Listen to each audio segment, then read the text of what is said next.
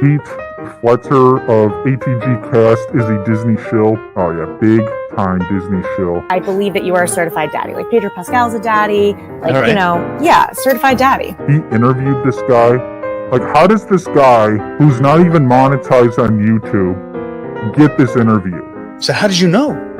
Because I'm a nerd. The only live Star Wars fan talk show that takes your calls. Friday night at 9 p.m. Eastern Time. You will not meet nicer people. Whoop, I'm at point. Oh, there and there. All right, where's something that he was shilling? Let's see. I know I saw some like bad stuff from him this week.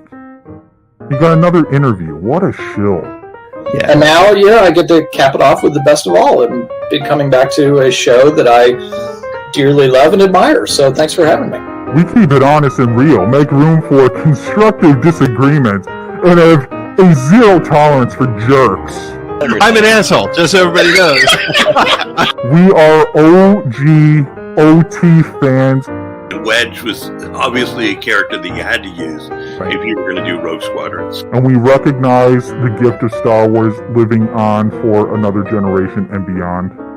The galaxy isn't growing to push people out. It's growing to let more people come in. I'm not seeing anything like too chilly, even though it's like, it's bad. See, he knows he's a shill. He like embraces that he's a shill. No.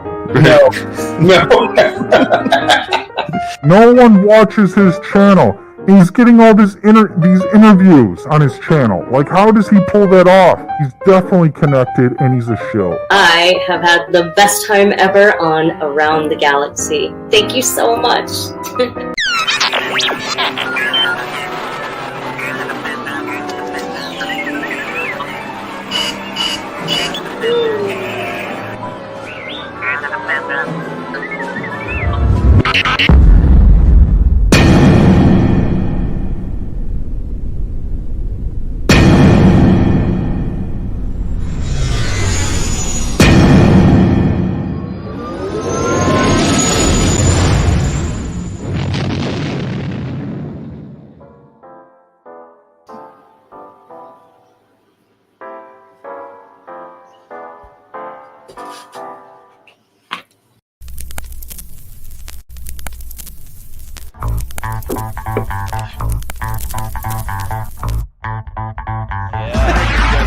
We've pushed you over the edge, Chris. On the dark side.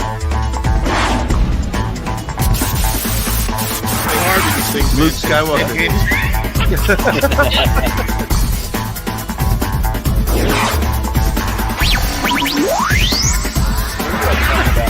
I'm an asshole, just so everybody knows.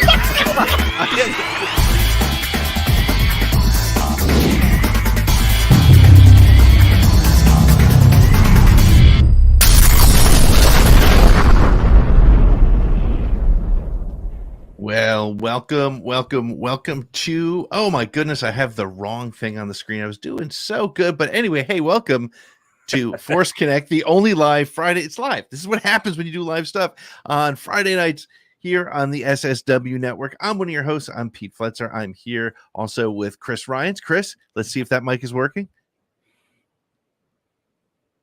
Oh, wait a second. I actually have you muted. That's been the problem the whole time, isn't it? It's been me. Testing. It works. Chris, how you doing, buddy? Oh man, yeah, man. Let's go. Okay. Chris, has that been the problem the whole time, buddy? No. It's definitely my microphone. It's just me muting him. Yeah. Oh. But we also, you'll notice there is another bearded gentleman with a slightly different accent than Chris and I joining us tonight. Nick is, he's actually headed to an Ed Sheeran concert of all things. He chose Ed Sheeran over Star Wars. We're joined by Mr. Rick Shew. Rick, how are you, my friend? I'm great, but I think my beard makes me look younger. No? Oh, yeah, you look much younger, younger. Younger than what, though? I'm not sure. Younger than, right, my 94-year-old great aunt. I don't know. Yes. So we're hanging out. I'm noticing a pattern, Chris. Have you noticed, like, the last time that Nick wasn't here, we had a Mick, and this time we have a Rick. Yep. I think it's a pattern. We need to find as many people who. So there's a Richard who needs to come on next. Another Richard. We need the other ick. We need someone that goes by the other ick, and we're good to go. And thank you for saying that, because I always call out Ricks that are Richards. I'm like, no, you're fraudulent. I'm a Ricky. You're a dick. Sorry, you're a dick. It is Dick Grayson. I don't care what some modern comic book writers have done with his name. Oh yeah. Who was that? Dan. What is his name? It wasn't Snyder, right? Not Zack. No. This was who was that? This was Dan Didio. Dan Didio. This was his thing. Like, he wanted like him to be known as Rick because he like got shot in the head, lost his memory, and became someone else because he didn't like the Nightwing character or something like that. Correct. The Dark Times of the Nightwing book. That's my second favorite DC character. It hurt. Well, we are talking Star Wars as we normally do, but we're going to get into whatever comes up tonight. We're hanging out. Rick, tell us a little bit about your show so that people know why. First of all, I was on with you a couple months ago. Yeah, it was great. It was so much fun talking Star Wars. But you talk Star Wars, you talk Marvel, you talk DC. You were talking The Flash just the other night. But tell us a little bit about Friends from Work. Well, I spent almost a decade over at Batman on Film, and I have to go back, rewind the clock for just a moment. And around 2015, it was really around the time The Force Awakens, all that was happening. And that was 15, right? Was that 15? Yeah. Golly. Yeah. Yeah. So I launched what was considered the Batman on Film, or BOF satellite show, where I could talk about whatever I wanted to talk about. And I used to have this saying, like, why are you guys talking about Star Wars in a Batman show? I'm like, this freaking Burger King has chicken sandwiches, dude. Back off. It was one of those kind of things. Well, that morphed into shows about Rocky franchise and Superman, although it's still DC, Back to the Future, Smokey the Bandit, just whatever. Like, we just talked about anything. And I thought, I want my own show where it's like Seinfeld. It's a show about nothing, but a show kind of about everything at the same time. And so it's just an all-encompassing podcast or pop culture podcast. Obviously, there's a lot of focus for me on Batman and Star Wars, my two true real passions in terms of pop culture. But that's it, man. No rules, no ceilings, anything pop culture. It goes. That's nice. It's great. I think, that's one of those really interesting things about like all the podcasts that have popped up over the last several years. It's sort of like part of fandom, and we'll definitely get to it in our conversation today. But, like, you can't back yourself into a corner. You can't, ultimately, very few of us are making a living doing podcasts. So talk about what you want to talk about, have some fun with it, and do that. But one of the things that we talked about a little bit last week, we continue to talk about it, is the SAG-AFTRA strike and the WGA strike. So one of the, just to be clear here, the rules right now are pretty vague, I think, or up for their own interpretation. And so what we're doing on SSW Network is we're probably not going to talk too much about, in fact, we're not going to talk too much about anything new as it comes out, but we are still going to continue to talk about our history, being a Star Wars fan, sort of the history of the films. We'll talk about things that have come out in the past, and because Star Wars is part of our culture, part of who we are, part of our generation, and that's really what we're going to dig into specifically tonight. We got guys here with couple years under our belts, and we were around for the first generation of Star Wars as the first ones to be pitched toys, right? The first kids who were Star Wars fans. Yes. We're also going to talk a little bit. We're going to get into talking about what it means to be a fan from that era today, and talk about what the state of fandom is currently. And then we're going to take your calls as we always do. It's the back half of the show. We want to hear from you. It doesn't matter if you're Generation X or if you're, as long as you're 18 and over, because sometimes the language gets a little salty. But hanging out with us, we do appreciate it. But please join us. Before we get started, though, I do got to do the official housekeeping.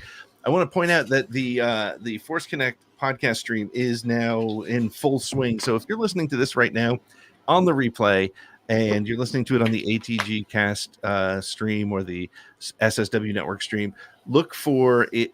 Look for this in its own Force Connect stream on all your favorite podcast outlets, because that's where it's going to go. We're going to give it its own home. I feel like Force Connect has kind of grown into its own thing, but you can keep up with this show and all the shows at the SSWNetwork.com. Consider becoming a patron for as little as $3 a month. You'll also be able to be part of our shows when we do our interview shows for Around the Galaxy and for Podcast of the Whills. And of course, you'll also get freebies and fun stuff in the mail every now and again. So make sure to check that out. But it wouldn't be Force Connect if we didn't start off with a toast. So Chris, if you're down with giving us today's toast, we'll get things started. Sure. I would like to propose a toast to the entirety of the Star Wars fandom, no matter what age, no matter the generation, even the jagoffs. This is going to be one of those nights, isn't it? No, well, I'm saying, like, there may be a whole bunch of division going on, and everyone argues about everything, and everything becomes a whole thing. But when one of us is in trouble in some way or is in need, a lot of this fandom, it happens on either side. The fandom menace, jagoffs, or us or whatever. We will rally behind, whatever particular group you're in, and help that person out. And that is one thing I love about being part of the Star Wars family. So, cheers. Cheers to the Star Wars family. Happy Star Wars. Happy Star Wars family. All right. Well, that's a interesting observation. It is really true. I mean, I've seen people helping each other out when charity events. I mean, we do have, for example, Podathon coming up in the near future. So things like that, where the community kind of comes together and gives back. And it's true. It's kind of like it truly is it's a weird family. It's a dysfunctional family, but it's a family nonetheless. So we're going to take our first break, and when we come back, we want to be talking about what it means to have been in that first generation and a half or so, whether you're Generation X or Xennials or whatever, talking a little bit about what it meant to be a Star Wars fan at that point. And we will be back in just 1 minute with more Force Connect.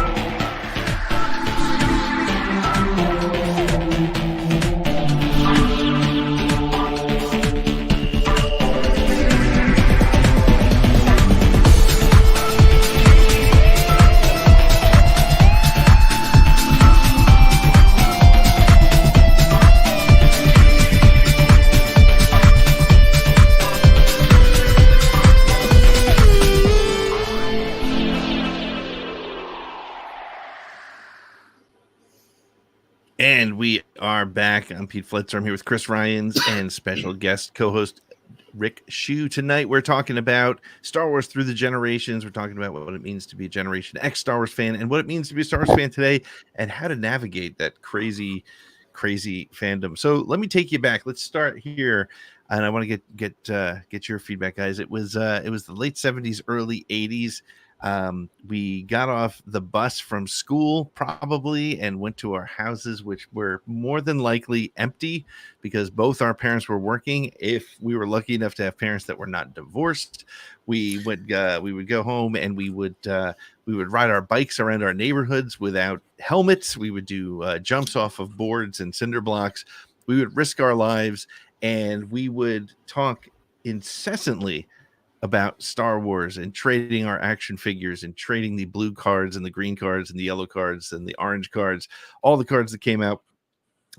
Star Wars was really, we lost Chris. Star Wars was our life. Star Wars was everything to us at that time.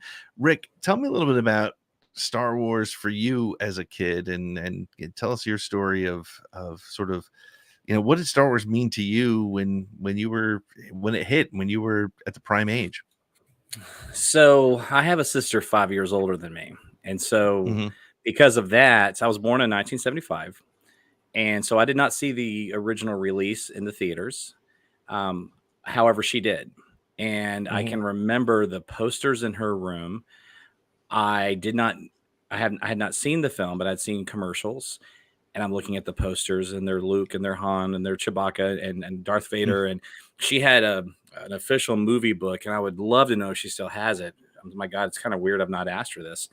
I can just remember on the cover, it was Darth Vader holding his lightsaber and just a promo shot. And I was just, the visuals were, and it's on a side note, I don't think that there's never going to be a generation of kids that get that again. Just like seeing Christopher Reeve fly for the first time. Yeah, we've come so far with technology and everything that there'll be some dazzling things that'll happen for sure, but that was such a transition in filmmaking, the original Star Wars and Richard Donner Superman, that I don't know if we'll ever get that again, because it was groundbreaking and fundamentally changed everything. And I think we have to fast forward to like Jurassic Park before we got anything that groundbreaking again. So and to give Lucas credit, he did some pretty cool stuff with the Phantom Menace that tied into Jurassic Park and the OT. But anyway, so that was my first introduction to it, were the visuals and then the score, the music. So my sister had a record, as a vinyl record of the score, soundtrack, whatever you want to call it, and we would play it. We'd turn our lights off in her bedroom, and she'd turn on this disco light thing, right? That spun around and looked up at and so we'd listen to the music. And so any great film, any great score, the score becomes one of the characters, or in the Star Wars case, multiple characters themselves. So that was my first time to see the movie, was in my head, and the music and the posters. So I wrote the movie that way. The first time I saw it actually was interesting, because I saw The Empire Strikes Back first. And when I saw The Empire Strikes Back, was the opening day. My parents took my sister and I to see it. And I remember just sitting in the theater going, oh my God. And I'd not even seen the first one yet, because keep in mind, there was no VHS. There was no anything. There wasn't anything like that. It wasn't, you couldn't watch it at home. And it was just amazing. And then I saw Star Wars A New Hope. I'm pretty sure I have this timeline right, because it was re-released after Empire, right? Or was it right before it? I think it was before. I guess that makes sense, because when it was, it's you're like right. a few times, but So I watched that first. Actually, I did watch it first. That's right. I did watch it first. But the Empire Strikes Back, we saw in the theater opening day. That's right. That's right. So because that was when they sort of they unleashed the episode 4-ness of it. Correct. In the pre-release, if you will. Correct. So when I saw it in the theater for the first time, it was episode 4. Of course, I didn't really acknowledge any of that at that time. But so that's right. I did see that one first. It all sort of jumbles together, because it really was sort of one collective experience from like 1970. Came out in 77, correct? 77. Yeah. And then to 80, 81. Oh my goodness. And oh gosh. And also one of the crazy things too was like my first crush was Carrie Fisher. And was my first real experience of a cliffhanger. Even though has a definitive ending, you're like, well, what happens next? Because I think now that I'm saying all this out loud, when Vader's ship is spinning around and Luke blows up the Death Star and all that stuff, all that crazy cool shit at the end of Star Wars, A New Hope, that I'm pretty sure that I knew that Empire was coming and I was going to see it soon anyway in my mind. Yeah. But this was like, so when's the next one come out? And my parents were like, don't hold your breath. Could be a long time, man. What happens? Like, Luke got his hand cut off, and and the dude's frozen, and and it was movie magic, and the score, and the characters, and the visuals, and the droids, and Chewbacca, and the wise wizard, and all of it. It spoke to me. And that first time I saw Luke looking at the twin suns, and the score just rises up. That's still probably has to be perhaps my favorite scene in any movie ever to this day, that scene, because it changed me. So there you go.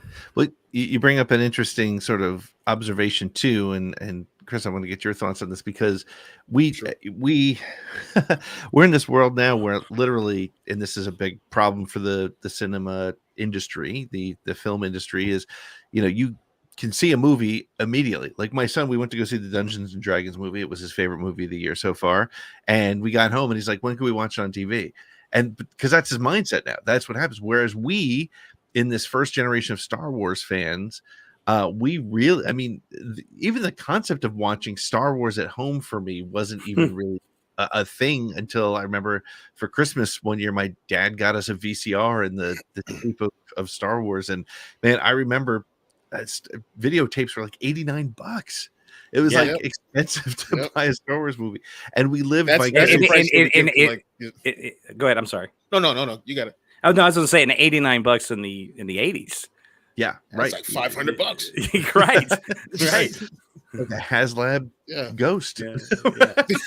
Chris, so Chris, how did I'm getting it. Damn it, I'm getting it. I am too. I'm gonna do it. I know I'm gonna do it. So how did you keep Star Wars alive when you couldn't see the movies at that time, Chris?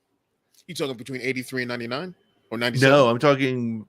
Well, I mean, obviously it did come out in on VHS at a certain point, but like, how would as Rick was saying, and it's so true. Like, I listened to that double album of the soundtrack a billion times. How did between the storybook that I had those storybooks as well. Between beating the absolute dog shit out of those books, like I think that they're so loose, and I still have them. Yep. Between that, hearing the music. Or hearing in my head, playing with the action figures, like granted, I missed the movies. I wanted to see them and all that stuff. Like Pete, I told you that when I was a kid, because I was also born in '75, so I mean, I wasn't going to the theater at 2 years old to go see the movie, and I wouldn't even remember if I did. But my dad, it's either my mom. I think it was my dad. My dad had a bootleg reel of Star Wars, so like we were able to, like, we had this one big white wall, so we're able to just like watch the whole thing, and there are parts of that movie that I remember. There was no sound, so it was just so that's all I had was that. So I just like I remember Vader coming into the walking onto the Tantive 4 with the stormtroopers flanking him, and that's stuck in my head and all that stuff. So I had a chance to watch it almost not whenever I want, but whenever my dad didn't mind rolling out the projector and whatnot, that sort of thing. So I had that. I had the figures. I had the little storybooks, and had the music, and I just kept it going. In between viewing. So I kept it going. And I don't think. I mean, I don't know. I think because of the fact that you can get the films as quickly as you can on digital formats immediately, the need to keep the things alive is a bit different. Like Rick, so we Chris just mentioned action figures. Were you a big toy kid as well, or I was more I was but I don't it's hard to really remember. Getting into toys was almost a little later for me. I don't know why. It just was. What I liked is having them and just having them placed up on my little mantle or my shelf. I didn't really play with them and interact with them until later. And then I really, when Jedi came out, that's when, because at that point, you and I have the same age. We're 9 at that point? 8. Yeah. And I guess then, I don't know. I just really embraced it then. So that Jedi was really, and what's kind of funny is my experience of Return of the Jedi, especially when I look back on it, was almost like what Lucas really wanted to do with that film anyway. It was all targeted towards toys and merchandise. Oh, absolutely. Yep. Yeah. That's what it was. I mean, and really that film, when you watch it, when the Phantom Menace came out, I know this is loaded. I'm sorry if I'm jumping ahead here, but it was jarring to a lot of fans, especially guys our age. But you look at it now and you juxtapose it with Return of the Jedi, you kind of saw it coming. That's what it was. I mean, that was a precursor to the Phantom Menace. So that's when I got into it, and it worked. I mean, I had Ewok's lunchbox. I had, all that stuff. Just totally. Yeah. That's also like Return of the Jedi is my favorite one. If I had to pick, Return of the Jedi is just, it's my favorite Star Wars movie. That's my favorite time as a Star Wars fan. As a kid, because 8 years old, that was the one we were most cognizant for. Correct. Was that one, because like I've had to ask my older brother, just asked him like a few months ago, like, what was it like when we walked out of Empire Strikes Back? Yeah, because he's a few years older than me, and it was definitely more ingrained in him at that point. But he was like, we didn't believe him, that sort of thing. Like we didn't, and so a lot of things I had to ask him from my Star Wars experiences and whatnot as a child, especially that one. Yeah, especially totally. But Empire Jedi, I remember every time I went up and down the street to go see that every time I got $3 in my little grubby paws, I was at the theater watching Return of the Jedi like it was the first time I ever saw it. And you know what's funny? I agree with that 100% because just like a moment ago, I got tripped up going, wait, which one did I see first again? Because it was just sort of all bled together, and I was so young, and it was just this visual overload. But yeah, you're right. Return of the Jedi for us at 8 years old was our first true perfect experience. Yeah, that and Superman 3 for me. They came out. That's right. It was the same year. Yeah. That's right. Yeah. Well, what I remember at Return of the Jedi for me was because of the fact that, Chris, it's funny you were saying you were asking, what did we think when we came out of the theater? And because I remember my dad who took me, and you guys all hear me talk about my dad way more than I don't know, whatever. Anyway, talk a lot about him, and I remember we talked a lot about. He's like, so do you think he's his father? And it was it was the first time it was the beginning of fan theories and fan expectations, right? And so I'm a couple of years, 5 years older than you guys, so it was. I saw Return of the Jedi when I was 12 years old. And I remember my dad bringing home Starlog magazines. I just always remember my dad would come home from work, and every now and then he'd just have like this little surprise, and it was like a Starlog magazine or a Star Wars comic book. Yes, Chris, I read the comic books back then, but I don't remember any of them, and they're all unfortunately like they've thrown out in the trash at some point. We will remedy this. We will remedy this. But the what I remember is I've talked about this before, and I should have had the picture at the ready, but the picture in Starlog magazine of Vader standing in the elevator on Endor, and Luke standing in front of him, and me and my buddy Mike were like, "Oh my God, Luke turns! He got Luke! Luke's up! Luke turns! He turns to the dark side! And does that mean it's his father?" But it was the beginning of this whole theory thing too, which for me. I mean, me and my dad just talk about what do you think the Clone Wars were, and because again, this one sort of offhanded remark, did you fought the Clone Wars with my father? Oh yes. And that was like, wait a minute, what happened? And if we were to do that movie today, if they were to re-release or redo Star Wars, like they would be like, you fought the Clone Wars, you'd get like a 10-minute kind of like flashback scene of the Clone Wars, and you get the whole thing. But it was enough to let that imagination run wild, which is why I think we took such ownership of these movies. And again, not in a gatekeepery sort of way, but because we created our own stories there, because there was no story there. I mean, the only other book was Splinter of the Mind's Eye, which was weird, but we all read it because it's all we had. But we built these stories. We built them with the action figures. We created our own background stories for everything happening. And so while I was not at all disappointed in Return of the Jedi, I remember literally, I understand the phrase edge of your seat, because I remember literally sitting on the edge of my seat while waiting for Vader to just pick up the damn Emperor and throw him over the edge. Just do it. Save your son. It's aged well. It has. It really has. In fact, I say this regularly. Like I still occasionally, when I watch A New Hope, I'm like, there's a chance Luke's gonna miss. I know for 45 years he hasn't, but somehow I feel like there's a chance he's gonna miss with that torpedo. But we started to build these stories up in our heads. And talk a little bit about ownership of these stories, and not in a gatekeeper way, but it also helps us understand the thinking of some of the fandom today. I mean, any thoughts on that? Either one of you. I think that it's hard to get, and I know that's part of our topics here today that you announced at the top of the show, was talking about fandom and the state of fandom and everything. And I could probably talk for hours on this topic, especially the stuff I experienced in 2017 with Justice League, but I won't go there. But oh, good Lord Almighty! But I think that these stories were so. I mean, at the end of the day, the good part of shitty fandom, if I may say that, right? There's crappy fandom that has good intentions; they're just misguided, right? And it's like it's coming from a place of passionate ownership of these characters and this universe, and it means so much to them that it's so personal. And so when something doesn't go their way or subverted or whatever it may be, it's like you're messing with their literal life, right? There's something that's quite beautiful about that when it doesn't get out of hand.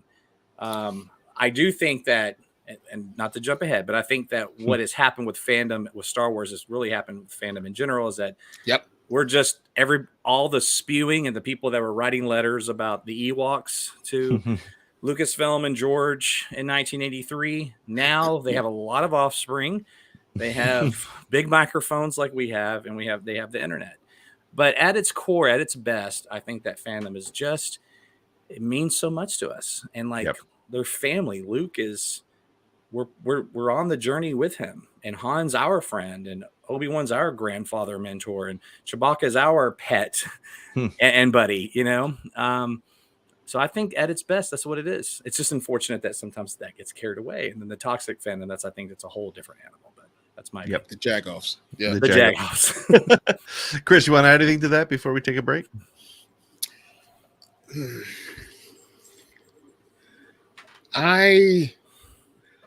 you're talking about the difference between these generations, like the one thing I do love, and I will say this, between the different generations is I love that, you know, someone else's, like our Trinity is someone else, like it's different from like another fans, and I love that.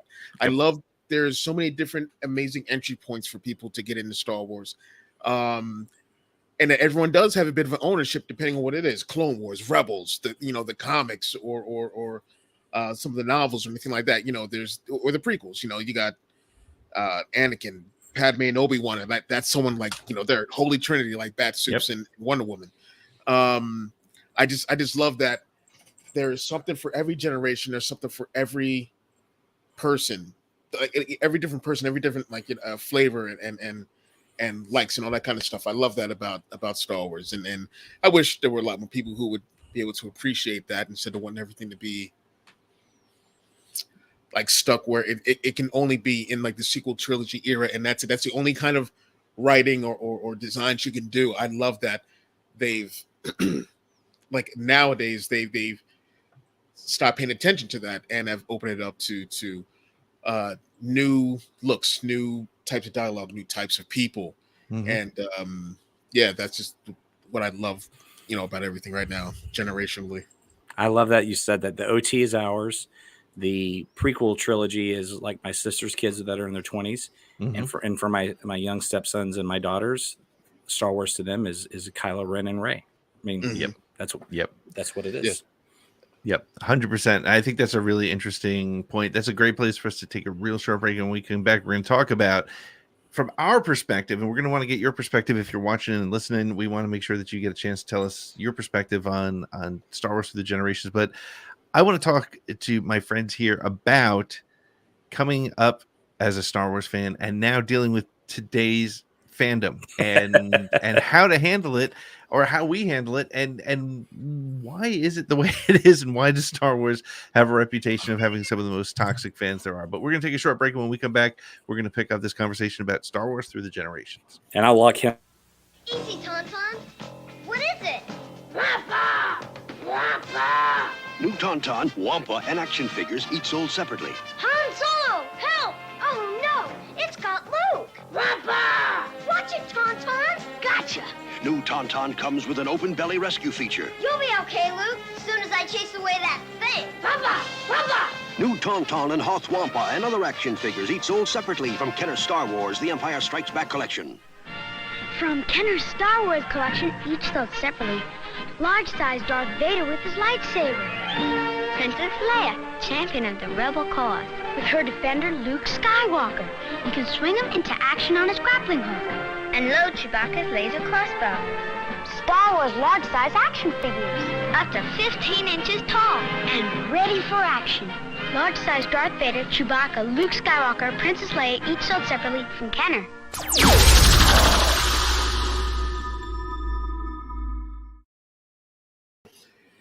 And Pete, we are back.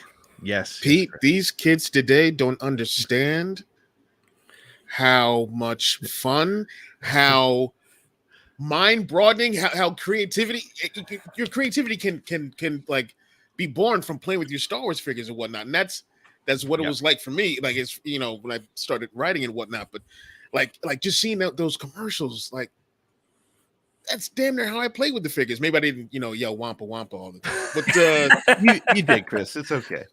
Yeah, but yeah, I man, I love that.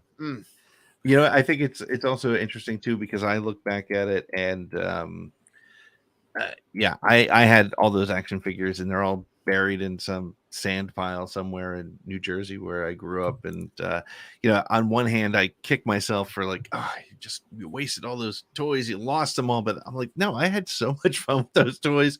I couldn't be happier that I had them. But of course, now as collectors, now we're obsessed with trying to recapture those moments. I just got today from Nick. He found them and picked them up for me. Do you remember in the early 90s during the dark time of fandom when we were missing we didn't have as much the Bendems? Do you remember those? They came out. Some of them had the Topps Star Wars cards. Yep. So he sent me a couple of those. He found at some thrift store down in Alabama. So that was kind of a crazy he sent memory. me a Lando with stolen Han Solo clothes actually from the end of Empire Strikes Back. Yeah, he sent me that. I got that today. Do you guys see my Yoda behind me? I do. The one up at the yep there. Yeah, that dude has been with me since Empire came out. I've had that puppet. Where's he at? Over here. There he is. I've had him since Empire came out. Wow. And I mean, it has. He has been through hell and back again with me since I was a little kid, and he has moved from all over Texas to California, back to Texas. I mean, it's crazy. Of all the things that you lose, but that guy doesn't leave me. Yeah, he's been there. I have a few. I've lost. Unlike Pete, I am mad that I lost all my stuff and I want it back. But yeah, it's in a trunk somewhere that is probably buried deep, or someone sold it on eBay, one or the other. So there goes my Millennium Falcon. But it's with Jimmy Hoffa. Yeah, but I've got to. He's playing with it. He's still around. But yeah, there are some things like I showed them before on the show where I have my old C-3PO and Han Solo, and they're just loose. They're just loose figures. But I do have this from the fourth. Yeah, it was the fourth grade. There was some Christmas Pollyanna thing, and one of the students bought me this little ceramic Admiral Akbar that you could paint. So I took it, I painted it, and it was a shitty paint job and whatnot. But I still have it. It's in a box in my closet. But yeah, there's so many things from back then that stuck. I love just holding on to that kind of stuff. So yeah, I totally love that you got that Yoda back there. And if I may, I've got a Batman and Robin. See them? They've been with me even longer. That's Burt Ward and Adam West. Oh my gosh, look at that. And an ET. Is that an original ET? And no, listen, that ET I won at an auction, and I don't even remember where I was. Something maybe with the church I grew up in when I was a kid. But I've had him since '82. Wow. Yeah. That's a. I'm glad you noticed him. Holy cow! There you go. Yeah. That's amazing. Very cool. That is amazing. So you did say something, though, Rick, that I think is really interesting, and it leads into a conversation that we can dare to sort of step into, and that is managing fandom now. Because again, it's wild to me that people have forgotten the initial response to the sequel trilogy. It literally took me until 2018, probably, to truly love the sequel trilogy. You mean the prequels? The prequels. I'm sorry. Yes. No, I saw Into the Future and I knew, and I came back. No, the prequels. People hated the prequels when they came out. Hated them. Yes. Hey, I've said this before. I walked out of Phantom Menace and was like, I really don't think I like that. I want to like it. I want to tell my friends and family I liked it. I didn't like it, and it was a very different and challenging time. But now we're people, the fans, I would say the most toxic fans now hold the prequels in the highest regard of all the films. And that's a really weird thing because they're completely blind to the fact that for the same reason they don't like the sequels, were the same reasons that I had a challenge with the prequels. Now I must come completely clean. I am a huge prequels fan now because me too. Because I've grown into them and I understand what they are. They're older too, so they are nostalgic. They mean something different to me. The stories have been filled in. It's a full tapestry of the story, if you will, Sure. at this point. Absolutely. But people are forgetting that the same things that people hate about the sequels, they hated about the prequels. How do you guys manage that? I know, Chris, you do your best to kind of keep your head low and not get involved. but what's Rick? Go back to what you were saying too about from a place of passion. I think that's an interesting perspective.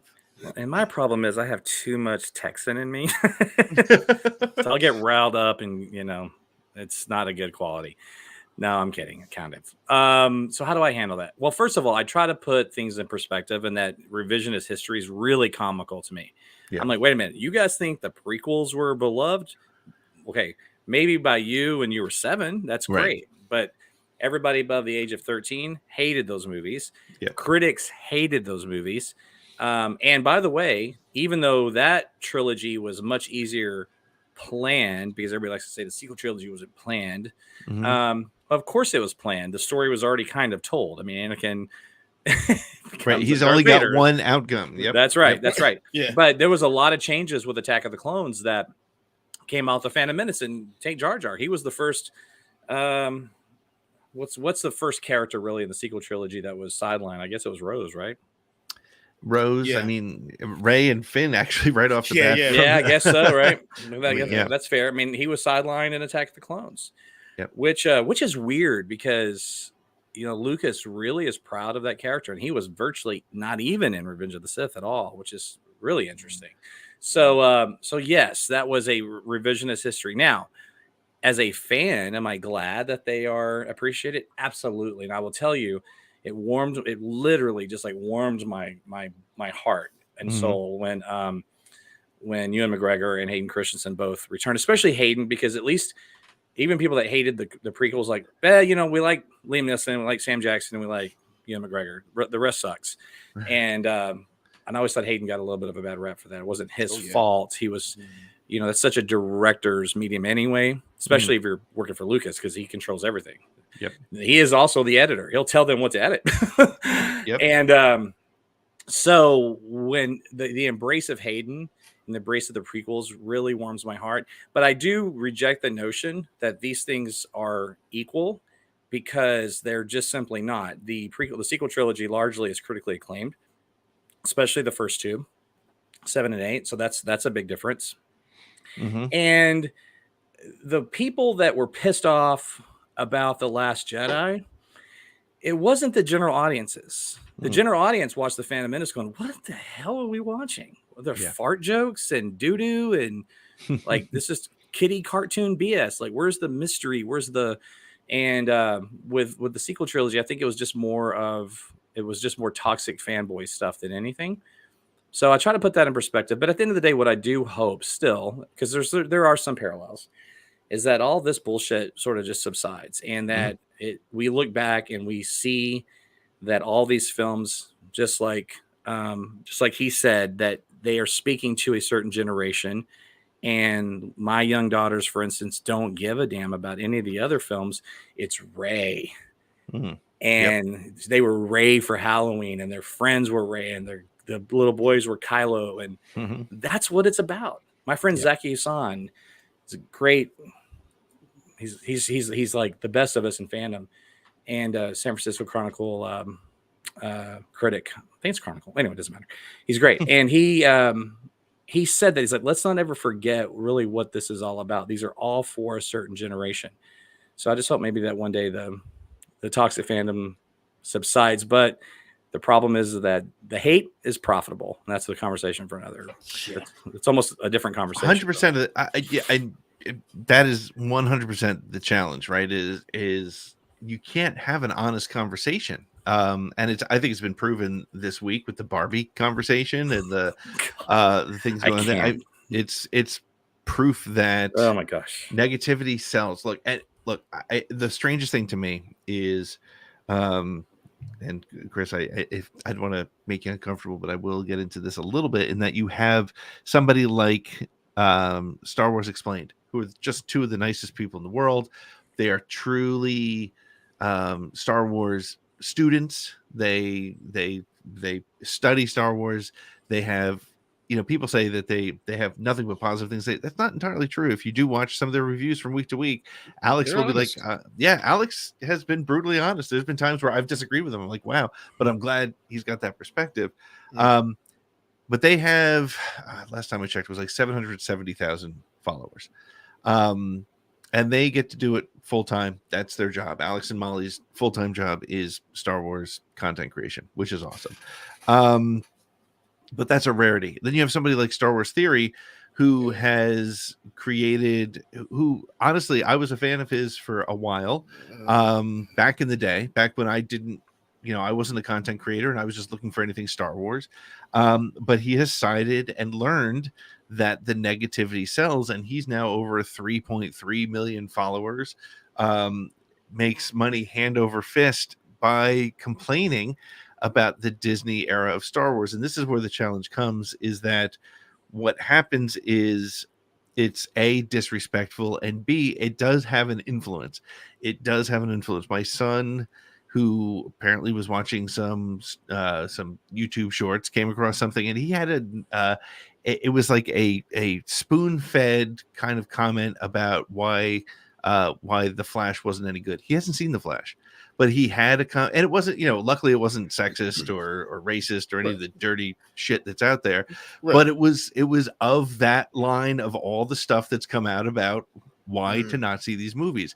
And as much as everybody has their own right and opportunity to say what they want, it's also it's irresponsible. If you have 3.3 million followers and you're constantly being disrespectful to people who love the sequel trilogy. I know Danny is on with us right now. She's watching. I know the sequel trilogy is her thing. If I was to get on here, like the three of us, look, we just started this by talking about how we're OG fans. We were watching the original trilogy and how much it meant to us and how we grew up with it and how it influenced us and how it was everything about our childhood. If I was to come on here and say, and the sequel trilogy isn't real Star Wars, which is a phrase that people like Star Wars Theory use all the time, that's not only disrespectful, it's irresponsible, because what it does is it starts to put people who actually like that stuff, makes that it doesn't welcome them into the community. And honestly, as you started the show with Chris, the Star Wars community is actually one of the best communities out there. Some of the best people in the world who will help each other out and take up a good cause, the right cause, and get stuff done. Why would you want to alienate anybody? And Rick, I talked about it with you when I was on the show with you. We talked a little bit about Metallica, right? I don't love the last couple albums. Doesn't mean I'm not a fan. And if you love it, that's awesome. We'll both go to the concert together and we'll enjoy it. Right. But I'm not going to be like, you're not a fan because you like the new stuff. That's ridiculous. It's a phrase. It's a concept that doesn't make sense to me. Absolutely. And look, we can have passionate opinions and we can troll each other as friends and all that stuff, like, all in good fun. At the end of the day, if we're really being an ass towards somebody because of a work of art that they like or dislike, come on. This is supposed to be, let's all remember this. I'm going to get a little preachy here. The point to all of this, if you go back to the origin of the comic books, it was to escape, escape World War II. It was to escape. Right. I mean, truly, literally. And that's what this whole thing is about. Sci-fi and mystery and comics and superheroes is escapism. It's supposed to get us out of the funk of life. It's not supposed to be part of it. It's certainly not supposed to be the cause of it.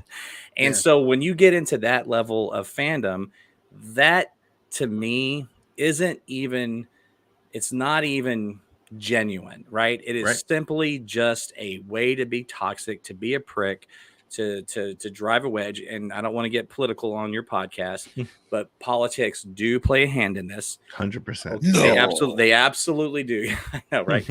If I see a comment, I'm like, if I go to their feed, I bet I see certain things about certain people, and I'll go, yep, that's all there. Yeah, that's right. I see the red hats. Got it. Saw that a mile away. And so there's that component to it as well. And now Disney's woke and Kathleen Kennedy's woke and feminist agendas. That's what I tell people all the time about The Last Jedi. You go to the Rotten Tomatoes audience score. And by the way, I know a lot of really good faith fans like Paul Herman, for instance. The guy knows Star Wars as well as anybody that I know. And he hates The Last Jedi. He doesn't like it. And he doesn't like it because he just doesn't like the story. He doesn't like how Luke was handled. And his opinion is as valid as mine. And I think that's one of the finest pieces of Star Wars content ever. Yep. His opinion is as valid as mine. That's not who I'm talking about. I'm talking about if you go and there's a half-star slammed reviews and it's wokeness and feminist agendas and racial, what is the forced diversity, maybe whatever. It's like, kill me now. Like if we could get rid of all of that 47% Rotten Tomato score would probably be more like a 60%. Right. And that's fair. We can have that discussion, but that's part of the problem now. And at the end of the day, all of this is now profitable, so it's never going to go away. Star Wars Theory. You mentioned him having 3 million YouTube followers and that it's irresponsible. I agree with you 100%, by the way. But which came first? Why does he have that many followers to begin with? He has them because as he started to build an audience, I want so desperately to make a political thing here, and I just won't. But okay, I'm going to refrain. He saw some level of success. Yeah. And then as he was teetering with certain things, he said, whoa, I'm getting way more traction with this. So I'm going to run with that. Yep. And that became the brand. Period. End of story. When he starts hanging out with Jeremy Cobra and just vile people like that online, it's over. And all those guys are making probably 400, 500 grand a year doing this for a living. Right. Yeah. Just sitting in their basement complaining about Star Wars. And looking part of for me wonders opportunity. if they even believe this shit, or it's just like, this is what makes me money. Let me play this role. Or are they the cancer? I mean, like just the way they are, what they're doing, to me, they're a cancer in the fandom. But I think it's damn near even worse if they don't really feel this way, but they're doing it for the dollar. So, like, I don't know which one is worse. It's like this: is the actual racist worse than the person who's not, but is capitalizing on the racism? And and again, there's politicians that come to my mind. I won't say their names, that they wear red hats, and I struggle with that. Like, which one is worse? Right. And quite frankly, I think the ones that know better and don't give a damn and do it.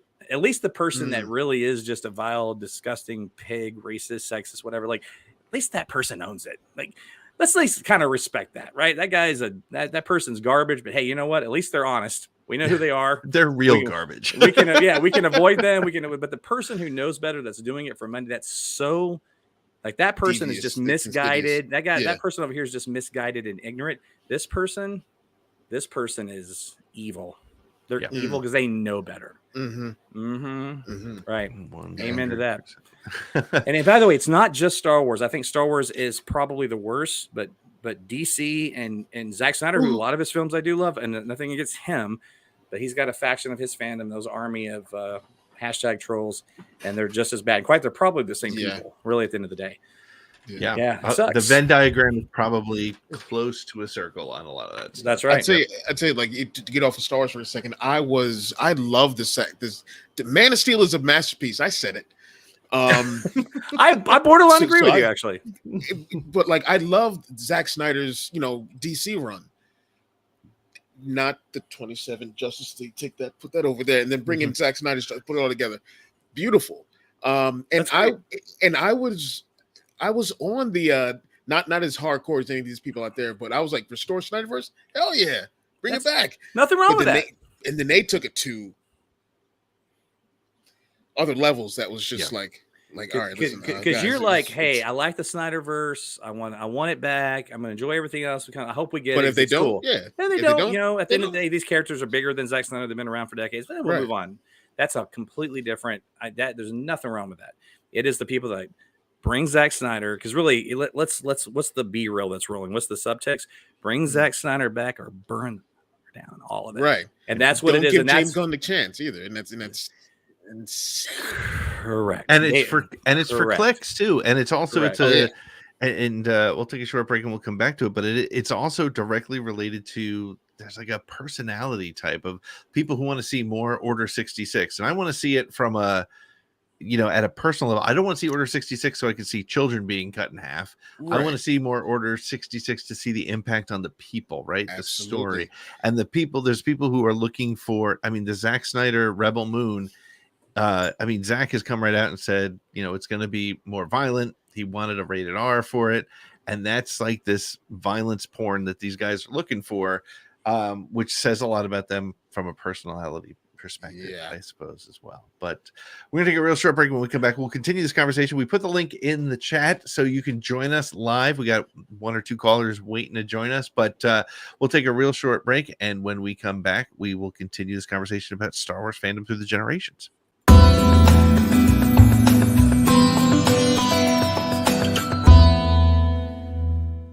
Revenge of the Sith acting challenge.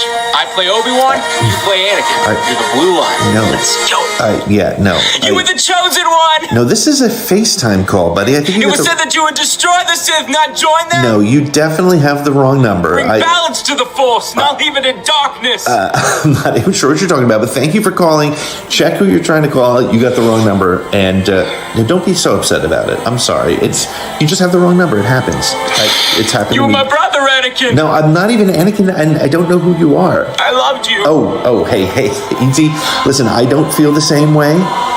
No, don't do that. Don't do that. No, I'm so sorry. I hope you find who you're trying to call, though. Wait, where are you going?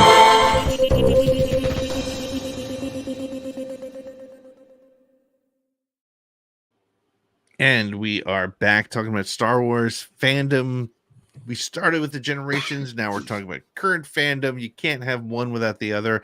I think it's a big challenge for people like the three of us on the screen here, because I can't speak for you guys. I'd love your thoughts on this before we take our first call, but I see the different trilogies. I see the buckets of television and comics and books, but I see it as one giant story. So if I'm going to hate something, which I don't, let me go back. I don't understand how you can be like, I hate the sequel trilogy, but I'm a Star Wars fan. It's the story we've got now, right? Any comments on that? Well, I don't know. I think that respectfully, I might disagree with that slightly. Cool. I think you can be a Star Wars fan and just genuinely not like the sequel trilogy. And yes, I've got friends that don't like the sequel trilogy, but they really love Rogue One and they like Mandalorian, and so they're not anti-Disney Star Wars. They just didn't like those films. But those are few and far between. That's not the majority of the venom out there, right, so to speak. So, but I will say that, and you mentioned this earlier, one of you guys did. What is bullshit? It's okay not to like it. It's okay to disagree. But especially when you're being serious, you're not just jostling or trolling. What you're telling people, your opinion sucks. This isn't Star Wars. You're an idiot. I'm out. I'm out on that stuff. Like, oh my God, please stop. Because here's the deal. I've been a fan since I was, I was 4. Right. 4 years old. I'm 48. Oh my God, I want to do this math. I'm 48. I'm as big a fan as I've ever been. Mm-hmm. And my top 3 favorite Star Wars movies, and this is not contrived. I'm being complete. Now, I take A New Hope and put it on an island, by the way. You leave that one alone. You can't compare it to anything. It's a miracle. It's not. It's a miracle that it even happened. Like, leave it alone. Aside from that, my top 3 favorite Star Wars movies are Empire, Revenge of the Sith, and The Last Jedi. One from each trilogy. That's cool. And I like what you said, and I want to be clear. I totally agree with you. Like, for example, I haven't gotten into comic books, and again, it doesn't mean that I don't. It doesn't mean that it's just not for me at this point. Chris is still working on getting me there. A lot of words. I understand. There's words in there. It's not moving pictures. If I can, like a flip book, bubbles. I can do a flip book, a comic book. I don't know, but that doesn't mean that. Yeah, yes. So to that point, yes. But my reason is not, well, you're an asshole because you like them, or I don't like the politics of them. It's just that's just not for me. And it's funny. I still talk to old school fans who just can't get past the prequels, and that's okay. Honestly, That's totally okay. And they love Right. Mando. So they've got what they want. They've got what they need. Right. Chris, any comments on that? Yeah, my boss loves 4 and loves 5. He loves 4 and 5, A New Hope and Empire Strikes Back. Hates everything else, and I think he likes Rogue One. Because it's basically the beginning of 4. So like he's like, but he'll call himself a Star Wars fan. I'm like, you like a couple of the movies. You like a couple of the movies, but yeah, that's no matter what you love in Star Wars, yeah, you're a Star Wars fan. I'm trying to do that with him. He just despises everything else, but yeah, for anyone there could be people who only read the comics or only read the novels. Yeah. They are Star Wars fans. There are some Star Wars fans who refuse to do the reading. Guilty. They're still Star Wars fans. They didn't say there would be reading in this class. Well, it's like when you and I were texting the other day about comics. I was like, well, comic books is the origin. It's the genesis of Batman. Mm-hmm. A New Hope is the genesis of Star Wars. So if you don't read Star Wars comics, I don't find it. Now you should know some damn Batman comics. At least just have basic knowledge of just to know the breadth of your character. But whatever. I'm kind of with you on that. I'm not a Star Wars comic book reader either. The one thing I will say, and I'm going to try to indoctrinate everyone I can to read these comic books. But my partner in Bro Axiom, Dan, and I, we call it it's the connective tissue of Star Wars storytelling. So you'll see like right now in Charles Run's Star Wars run, you're seeing how Luke got from Empire Strikes Back to Return of the Jedi, how that character shift happened, and it's a beautiful thing to see. And a lot of what happens here, and like where we're at between 5 and 6 with Luke, it kind of harkens to the person that we see in Last Jedi. So like that's one of the beautiful things about the Star Wars comics is that's the thing that really blends and melds it all together. Let me ask you this, Chris. I've got some friends that have issue. They want to get into the comics and things, but they feel a little burned by a lot of the stuff that they read and ultimately did not become canon when Lucas sold Lucasfilm. Oh, right. Yeah. And so I guess for some of them, it's like, why invest in it for these character, just like you're saying, to fill some gaps and everything if it's going to get pulled again anyway? And that's the reason they would read it. But I was just throwing that out there. The stuff that happened, before Disney took over and all that stuff, Lucas never considered it canon either. None of those comics, none of those novels, Thrawn, all of that stuff. So, like now, the beautiful thing is now since the acquisition. And since in 2015, when the comic started, everything that comes out is canon. All the comics that come out, canon. It happened. There was a big shakeup because, in the first few months of the books, maybe like the first year of the books, you find out that Han Solo had a wife, and that's explained. Empire Strikes Back is not the first time now that Luke and Vader are face to face for the first time. That's now in the comics. It's such a cool thing to see. When's the movie come out? I'm just kidding. I would like to see they should. I want them to do like Disney Plus animated, adaptations of some of these comic arcs. That would be awesome, and that gets people watching that, and that's amazing. That gets people that are watching it to hopefully read the comics, kind of like what the MCU and then comic book movies work. In general, people want to know like where these particular stories come from. I love it. So yeah, I love it. And if those people come into my shop all the time, it's awesome. Yeah, hopefully that that could definitely do the. Well, and you think about like what are some of the biggest spikes in Batman comics over the last 35 years? Well, we can go back to Frank Miller. That's great, and that's at the time was accurate. But when Batman 89, right. And of course when Robin died and all that stuff, right? That Death in the Family, But when 89 came out, and then especially when the Dark Knight came out, all the Joker stories were getting, and that's great. I love when that happens, right? Because it shows you the power of these certain characters or these universes, and it also just shows you the not the power, I'm sorry, what's the word I'm looking for? The thirst that people have to know as much about these characters that they love, however they were introduced through the comics. Cool, let's go watch the movies and watch the animated films or whatever. Love the movies. I want to read some comics. This Batman character is interesting. Yeah, let's go. Where did he come from? Let's go check those out. That stuff, I love that. Yeah. So to your larger point, that's great. That's awesome. Yeah. Well, we're going to take a couple calls. We got a couple people waiting to get in, and we're going to put your 2 minutes up on the clock and give you an opportunity to talk about what your perspective on Star Wars fandom. So let's bring in our first caller of the night. Oh, thank the Force! Come here, you little womp rat!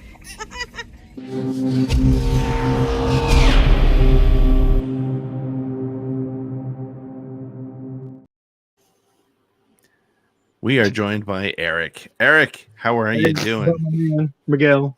Eric, he's got his scout trooper. How's it going, man? I'm doing all right. Let's talk about Star Wars fandom. Here we go. Oh no. Okay, so I was thinking about how, in the story we have Vader, passing the sins of the father to the son and Luke, right? Mm-hmm. And I think you can make some parallels with the Star Wars fandom, because I'm just like, okay, Generation X is primarily the ones that are holding, like the fandom afloat, as it goes into the 90s. Yeah, we did. That's right. You're damn right we did. But that's also a double-edged sword, because they also started this idea of entitlement that they passed down to the next generation.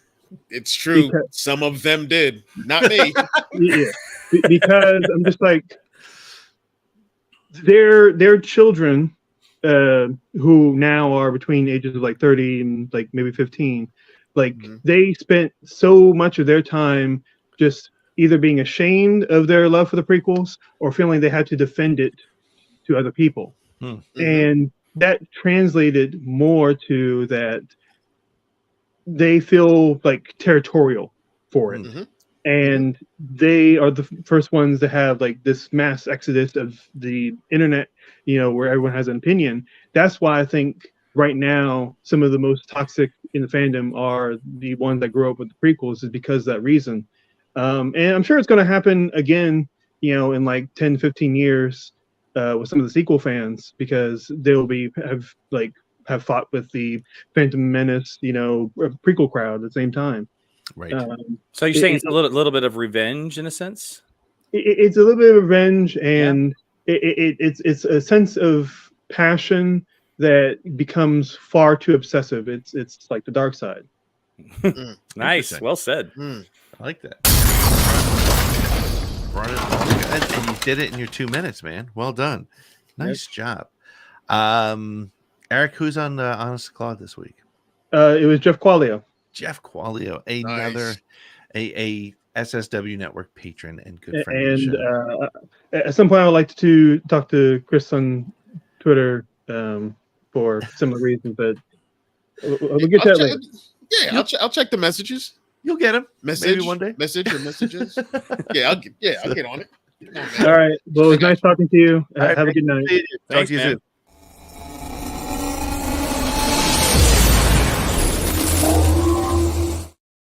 He's right, and I will tie that into the toxic absolutism of the Snyder faction. That's why some of them are celebrating the fall of a lot of these films. Like, this is what you get, and the only way we escape it is when he just said, what was that gentleman's name again? Eric. When Eric said it's probably going, or he thinks it could happen again, however he phrased it with the sequel trilogy, he's also right about that. But if we can make that fever not make, what's the saying? Do you make the fever break or don't want to make? I always mess these things up. But up to that in perpetuity is for that not to happen. If that doesn't happen, then we can stop. Right? So my goal is to make sure that my son and my daughter, who are fans of the sequels, don't become assholes. That's my job. That is That's my job. Just don't be an asshole. Do whatever you want, but just don't be an asshole. All right. Well, we have another caller waiting to come in, so I'm going to introduce our next caller. What do you want?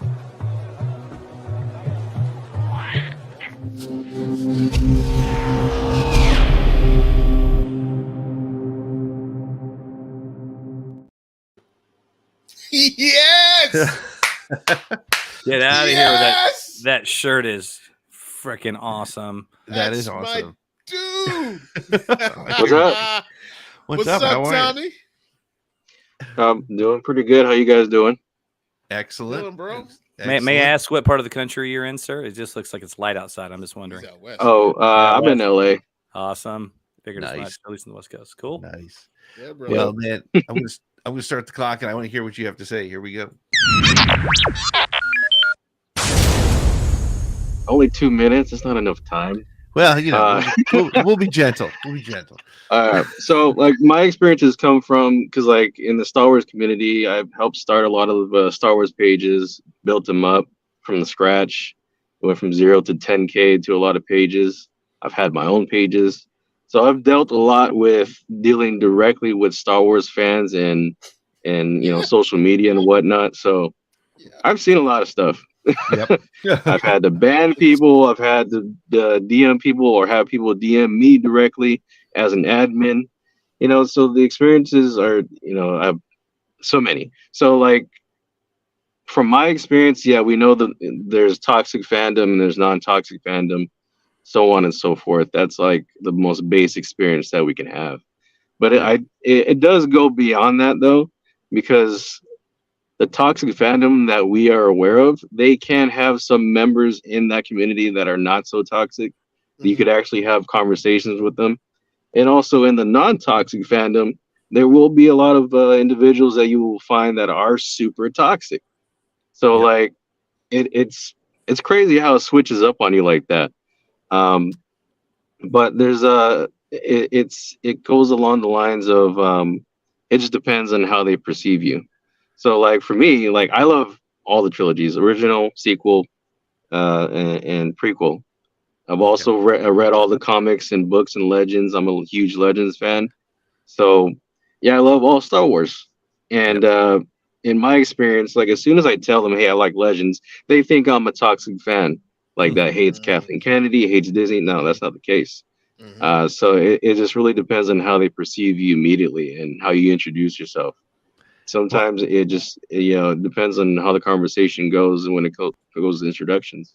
Yeah, I think you bring up an interesting perspective there too, because I think what ends up happening is people, the louder voices in both communities, right, both toxic and non-toxic, become sort of the representation. And if you kind of walk that line, right, if you like, for example, I'll never forget about a year or two ago, I was at my local county fair and I was talking to a guy. He saw me wearing a Star Wars shirt and we started talking and he says, yeah, I'm a big fan of I love Star Wars Theory and I love Stupendous Wave and I love some of these, and I was like, okay, that's interesting. But what is interesting about it and scary about it, honestly, is he wasn't one of those guys. And if and I mean, if you have 3.3 million followers like Theory does, they're not all going to be jerks. I mean, that's the reality of it. So I think there's just the branding of toxicity ends up hurting the fandom more because it stops conversations sometimes, perhaps before they even happen. I mean, very recently there was somebody who came at me on Twitter. And I went back at him, and then he DM'd me, and he was like, "Hey, listen, I think we had a misunderstanding." And I was like, "Wow, okay, yeah." If he didn't do that, it was extremely rare, dude. Especially on Twitter. Trust me, I almost never see it, but it was cool, and I was happy that he was like, and I still didn't agree with him, but at least I was like, all right, well, he's not an asshole. He lashed out. It was Twitter. It was a thing, and it happened. So, yeah, for sure. Yeah, there's also like a problem with misinformation that's given to like more of the casual fans, quote unquote. Yep. They will receive a lot of the misinformation, of course, which comes from well-known YouTubers like Star Wars Theory or Mike Zero Common Sense. Yeah. And so they get these information from these YouTube channels, and they'll be like, "Hey, did you hear about this, this, and this?" And I'm just like, "Where'd you hear that from?" Yeah. And as soon as they tell me those channels, like, okay, well, I wouldn't go with that information because they're hitting 0 for 100 when it comes to that. Yeah. Their sources on the inside are non-sources. Yeah, that's it's on the inside.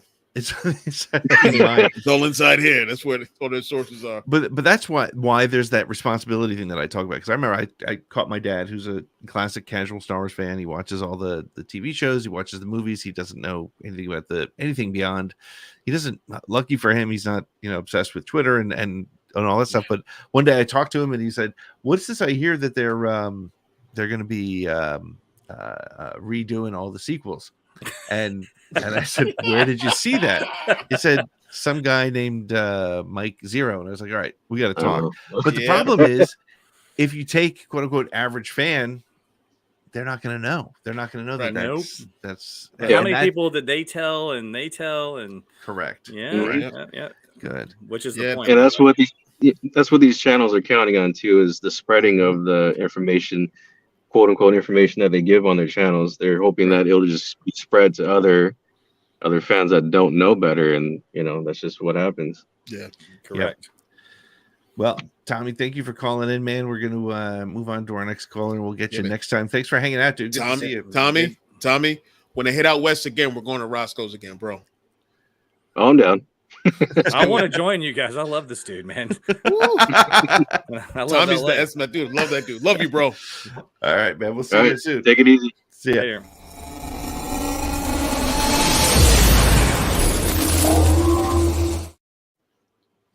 All right. That dude defined cool. Everything about him was cool. Tommy used to be on a podcast with me. Tommy's the man. That's my that dude. dude just.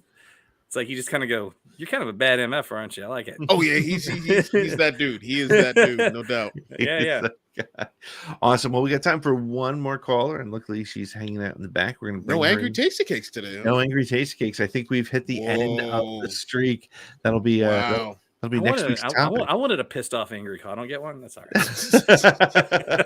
No, he's one of our regular callers. His name is Angry Tasty Cakes, Wow. and he must be streaming or something tonight. He must be doing We something. may have to make a championship belt for Eric now. That's right. He's won. All right, man. Well, here comes our next caller. Grief Karga said you were coming.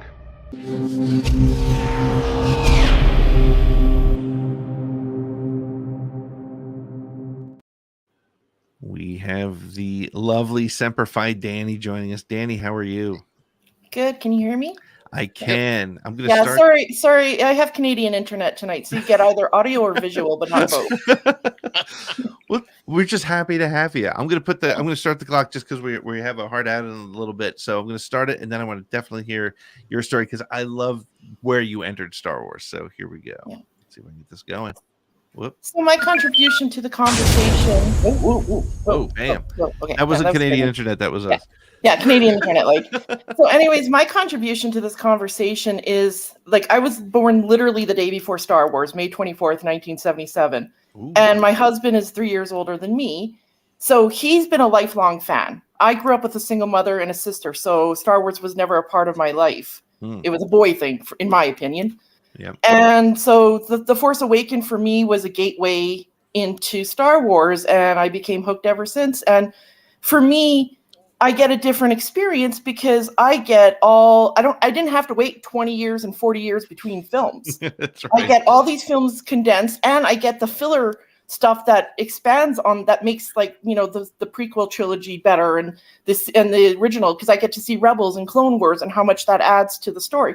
So, and I didn't have to wait for gaps. I didn't have to read books. I didn't have to make up imagination or play toys. So I have that perspective. But when I look at my husband, who had to wait, who had to grow up, who had to use his imagination, it's interesting to see the shows that he likes versus where I'm the only one I didn't really overly care for is Boba Fett, because I don't have any attachment to Boba Fett. Right. And That's interesting. Right. Whereas he did, and he's angry because he wanted the Boba Fett he grew up with. So he doesn't like it for a different reason. He's not a generally a hate guy. He's generally likes everything that we've seen, with the exception of The Last Jedi. But his perspective is kind of like, when I see the kind of shows that he likes more than others, it's original characters. He loves The Mandalorian. He loves Andor. He loves Solo because it's not Harrison Ford and Billy D. Williams. Yep. Right? He likes like all these new characters.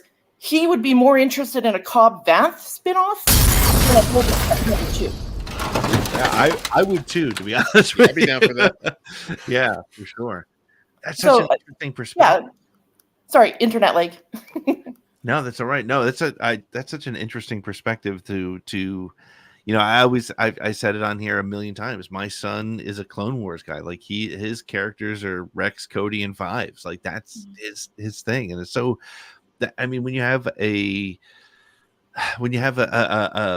franchise that's been around for almost 50 years, it only survives by having those opportunities. And the fact that you came in through Rey and the sequel trilogy, and that hooked you, and the rest of the content still worked, that's amazing. That speaks volumes about the creators of all of it, whether it's Filoni or George or Timothy Zahn or all the people who brought the stuff to life. So, but I think it also, like, maybe part of the fandom discourse has to do with attachment.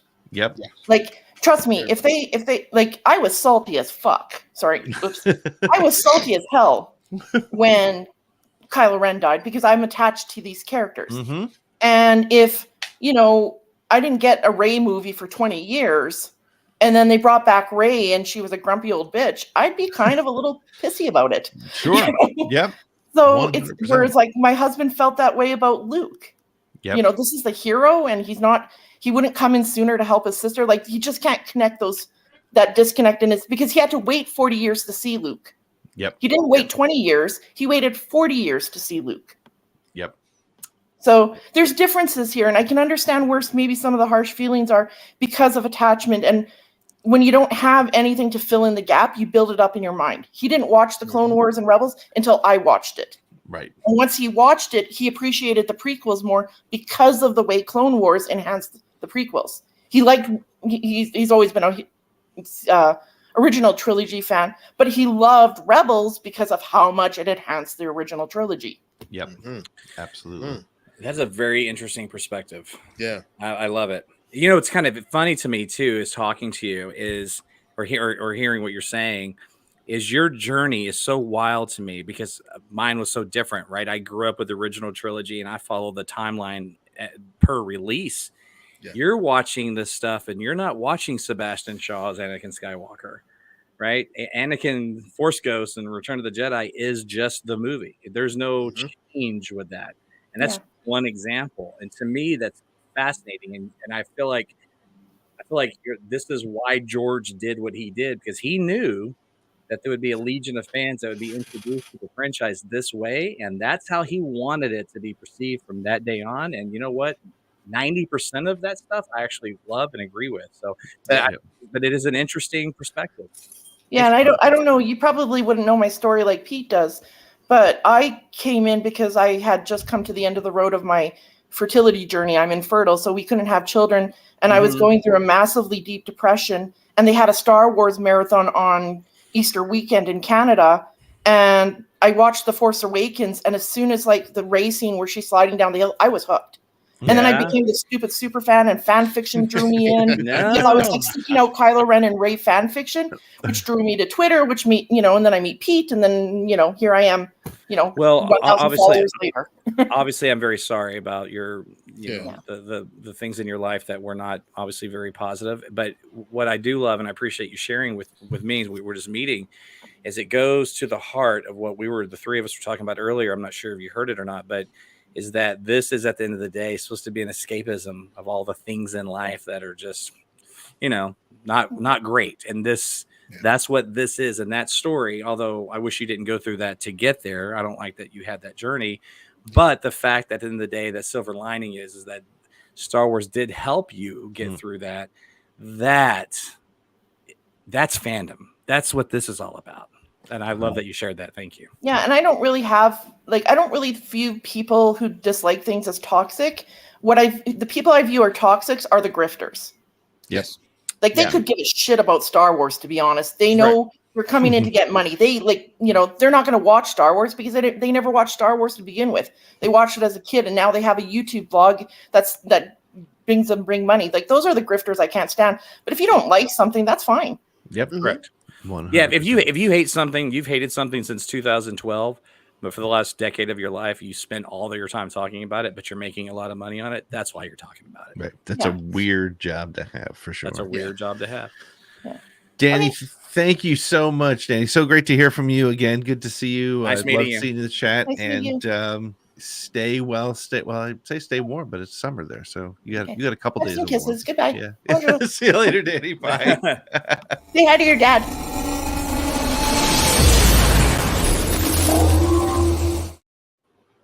Yes, Danny, I will definitely say hi to my dad, and you guys got to get that Columbo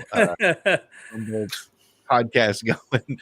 Well, we're going to wrap up. We are at the end of our time for tonight. Rick, tell the people one more time where they can find you. You find me at Friends Work Pod, and keep in mind there are 2 Friends from Work podcasts. We didn't know what we named it, but hey, it is what it is. And ours is Friends from Work Let's Chat. Find us on iTunes, Stitcher. I just interviewed Flash Film News, really cool guy. I can't say his actual name, but check that out. And I'm going to have that up on iTunes and Google Play and wherever you get podcasts tomorrow morning. It's on YouTube now. And just hit us up everywhere. Courtney Cheek, Brian Chatlin, and myself. On Twitter, I am at Dick Shews, SHEWS. Excellent. And Chris, what's happening on Bro Axiom this week? Let's see. We've got Shooting the Poodoo live 9 p.m. this Sunday night, I think. I'm pretty sure. I just don't know what the subject is yet. This week we have 2 comics coming out. It's Star Wars Hyperspace Stories #6 from Dark Horse Comics. And then we have Star Wars Darth Vader, Black, White, and Red, which is an amazing, really, really cool Star Wars comic series. This one, I'm not sure if this one is canon, but they're still dope stories anyway, and they only use red, black, and white coloring in this comic, and all the shades in between. And it's excellent little anthology comic that's out. Yes, we got previews for those happening, and we have a new Nice Guys episode that we dropped the other day. This is we're talking about the last 10 years of DC Comics movies, DC films. And I may get a little bitter on that one, just because I love DC. I love the DC films. I love all that stuff. It's just they didn't have a fair start, I think, because people were so pre-programmed with MCU, where anything that was comic book, if it wasn't bright and they had a whole bunch of stupid jokes and quips, then see, I'm doing it again. There you go. There you go. Check out the Nice Guys podcast to get all of Chris's rage in one spot. Chris, I really would love you to come on my show. I was just thinking, I'm waiting and for talk DC. Please at do. work. Let's do it. I'm begging you. Let's go. Awesome. Let's go. I'll get with you one-on-one. Thank you. Love it. That's great. And for Around the Galaxy this week, we don't have a new interview, but we're going to be replaying our David W. Collins interview from about a year and a half ago, which was so much fun. David's one of my favorite people in the Star Wars world. He has also my favorite podcast that isn't mine. No offense to anybody else who I even do podcasts with, but the Soundtrack Show as a soundtrack kid is maybe the best podcast out there. If you're a movie fan, go check that out. But that is going to do it for us tonight. Chris, may the force be with you. Always. Just one more round, friend, then homeward bound, friend. Don't forget me in your dreams. Just one more song, friend, and then so long, friend. The nights get shorter, it seems. Just one more rhyme, friend. Yes, it's a crime, friend. But you know time, friend. Time can fly. So it's good night, friend. Good night, but not goodbye.